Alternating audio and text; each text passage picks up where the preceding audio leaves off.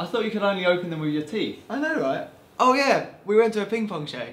So we went to a ping pong show and we thought we want to share with you the experience as much as we can, which is going to be a little bit difficult because they are so anti-camera. They're camera Nazis. So first of all, we walked in and they were saying 1,000 baht, and we were like, no way mate, 500. 500? They're like, nah. Just as we were about to walk out the door, they're like, 700. And we were like, done. Done. So before we talk you through it, let's pick our favourite bit of the show. So my favourite act, trick?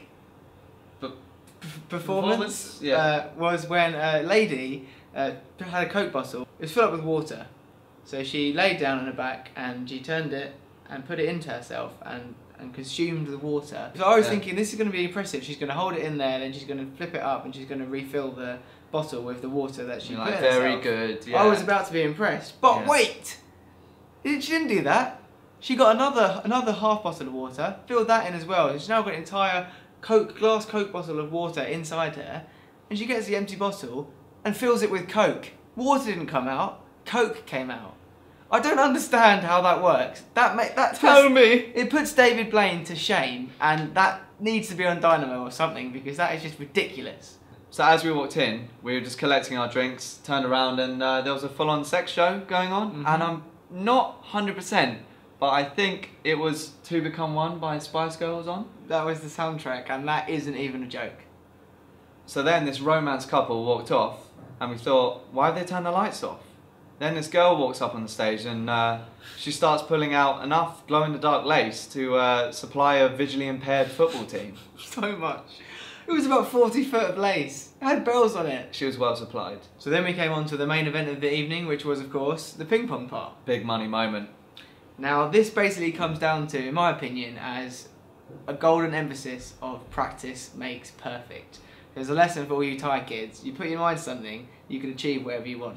Because this was pretty impressive. Outstanding. As two big beer pong enthusiasts, we both agreed that she'd be welcome on our team anytime, so never get a shot. But then, Pong Girl made her way off the stage and made way for what can only be described as the Scissor Sisters, and I don't mean like the band. So they made their way to the stage and started doing a sort of subtle swaying routine, but then suddenly, out of the blue, we heard, dun, dun, dun, dun, my life is brilliant. What happened after that can only be described as sheer lesbianism. But who better to draft in than the good James Blunt to turn it into an emotive scene? So when you go to a ping pong show, if someone asks you to hold a balloon, it's not going to be the same as if someone asks you in Pizza Hut. No, unless you want to get your finger shot off. So this one works by a woman using powers of wind from the nether regions to launch a dart from a kind of... like a pea shooter. Like a pea shooter across the room in ridiculous accuracy. And to burst a balloon. Exactly. Do you think we described that right? I don't think so. Maybe we should show him. So if you are in Bangkok, then we definitely recommend you to experience a ping pong show.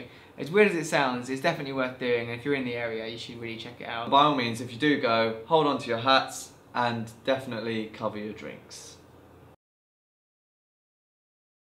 It's worth mentioning that going to see a show and make a video about it was by no means encouraged by anybody else. It's just something Ollie and I wanted to check out while we were in Bangkok.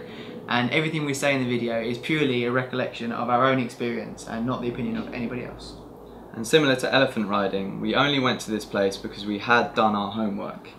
And in this case, the place did not fit at all into the seedy category where you hear of things like human trafficking and forced labour mentioned. So if you do want to go and see a ping pong show, we recommend that you maybe do a little bit of research first, just to avoid any unpleasant institutions. And if you do want to find out more about how to avoid the dark side of the ping pong show, then take a look at the links that we've popped in the description.